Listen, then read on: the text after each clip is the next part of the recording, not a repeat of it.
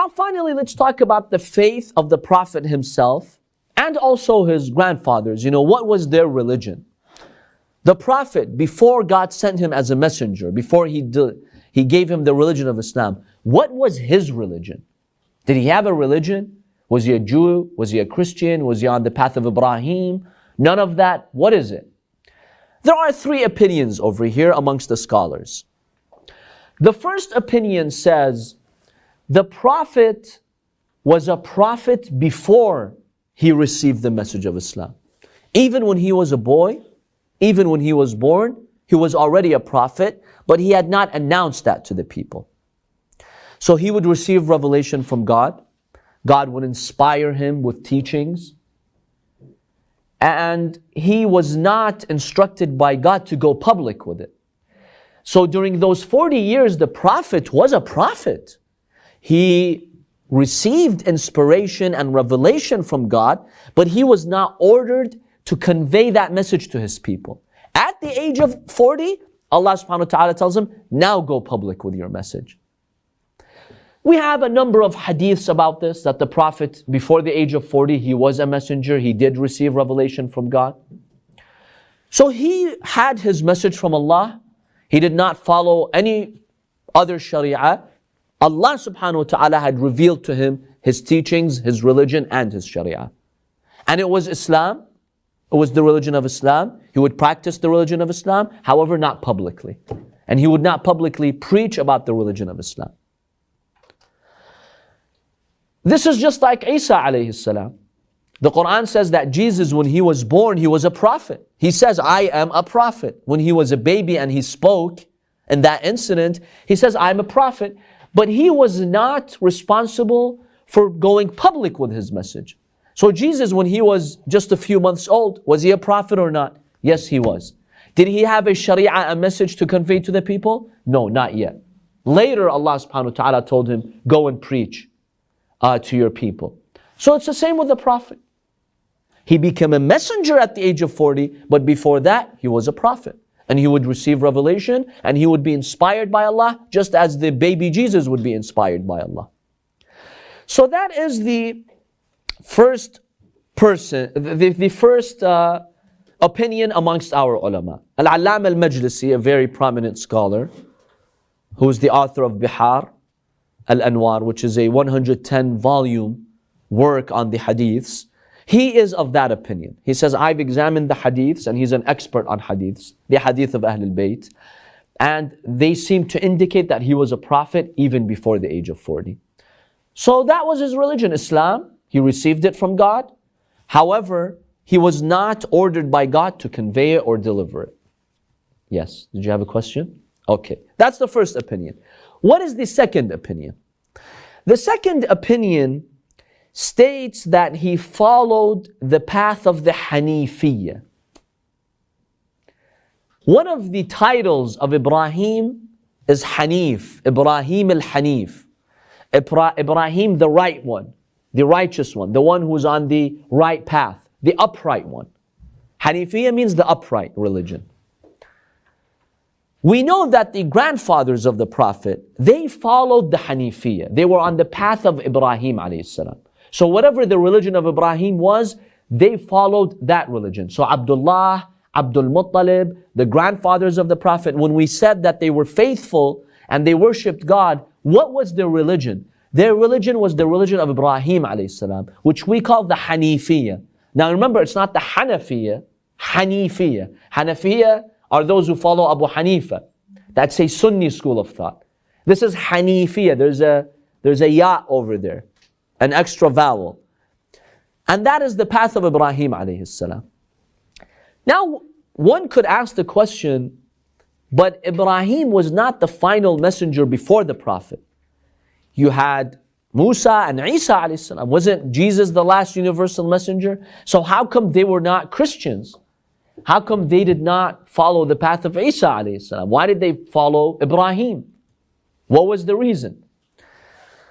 Scholars have indicated that while prophets Ibrahim and Jesus and Moses are universal messengers, Prophet Ibrahim was the most universal messenger. His message was universal for the entire world.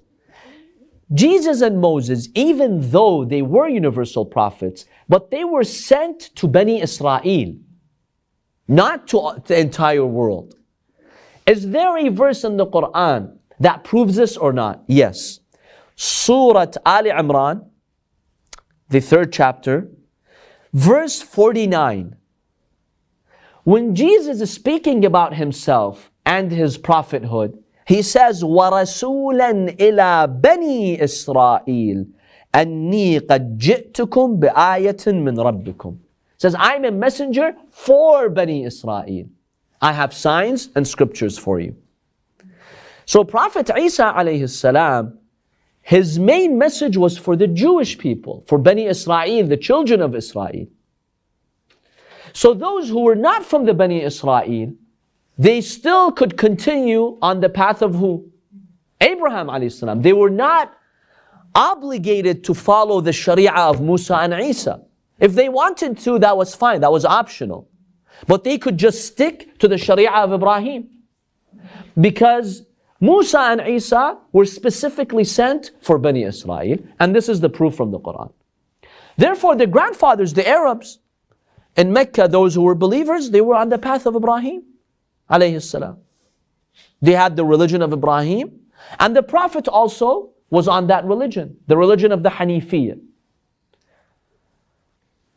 Now, what is the religion of the Hanifiah? Al-Imam al-Sadiq alayhi salam explains to us in a beautiful hadith. The religion of Prophet Ibrahim did not have this very detailed Sharia that we have, or the Jewish Sharia. You know, the Jewish code of law is very detailed. The Islamic code of law is very detailed. The religion of Ibrahim did not have this elaborate Sharia system. The Imam alayhi salam says, كانت شريعة Ibrahim, the religion of Ibrahim, Tawheed, believe in one God.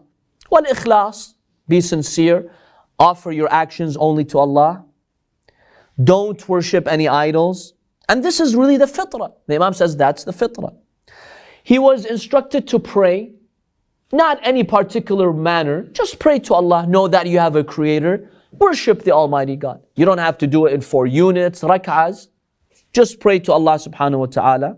Enjoin the good, forbid the evil. There was no laws of inheritance. The laws of inheritance that if you leave a family behind, you know, this amount goes to your son, to your daughter, to your wife. This is something that later Sharia has brought forth and the Quran brought forth. The Sharia of Ibrahim, you did not have the laws of inheritance.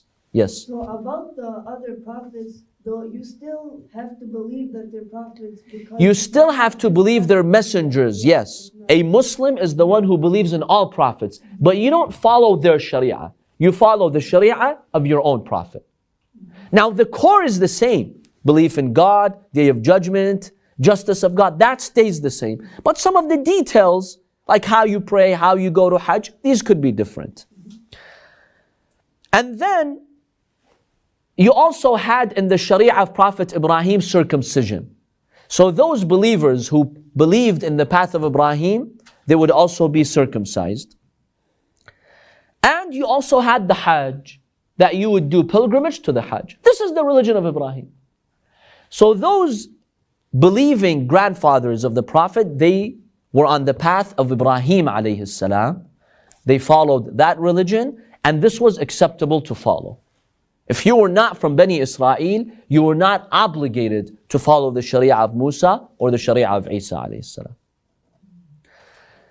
Now there's one problem with this opinion, and this is why you have a third opinion.